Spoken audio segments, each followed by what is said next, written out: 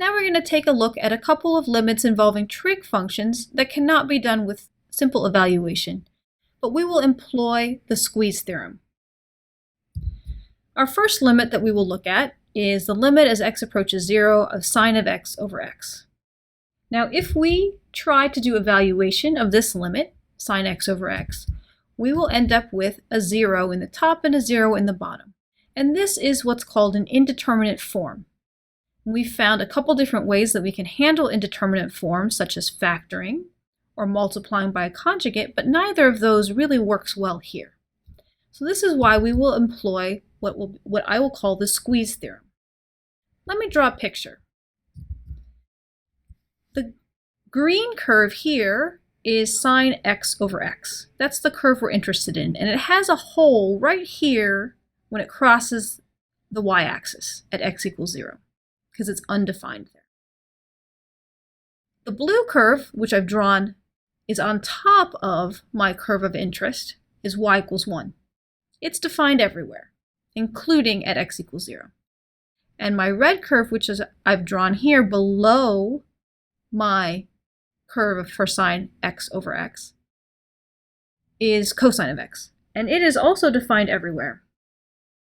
Now the important piece that we can use here is that sine of x over x is squeezed or sandwiched between the curve y equals 1 on top and the curve cosine of x on the bottom for some neighborhood around the value of interest, in this case x equals 0.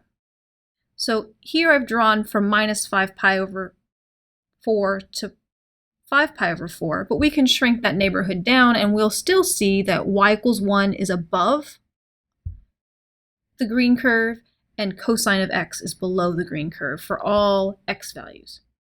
Now the key thing that allows us to have a result here is that the cosine limit at x equals 0 and the y equals 1 limit at x equals 0 are identical. They equal 1.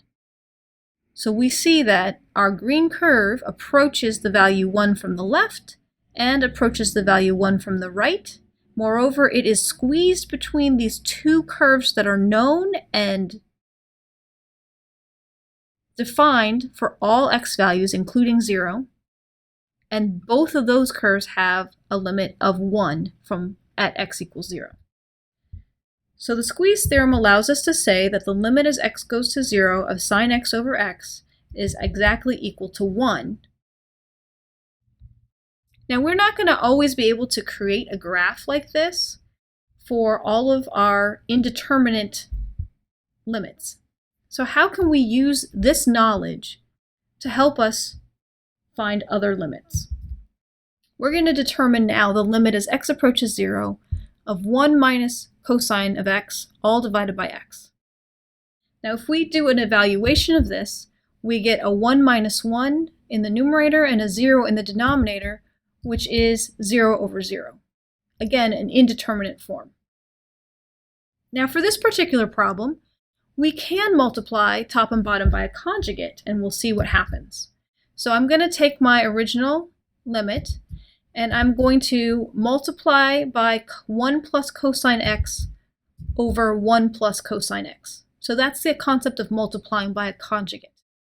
Now when I simplify that, and I distribute out the 1 minus cosine x times 1 plus cosine x, I get a 1 minus cosine squared x in the top, and I will leave the bottom as x times the quantity 1 plus cosine x. Now, I can use my trig identity, cosine squared plus sine squared equals 1, to rewrite 1 minus cosine squared of x as sine squared of x, and then I'll keep the same denominator. Now we'll use a property of limits, and that is that the limit of a product is the product of the limits. So I'm going to write this as a product of sine x over x, and write that as one limit, and multiply it by the limit of the other factor, which is yet another sine x, over 1 plus cosine x.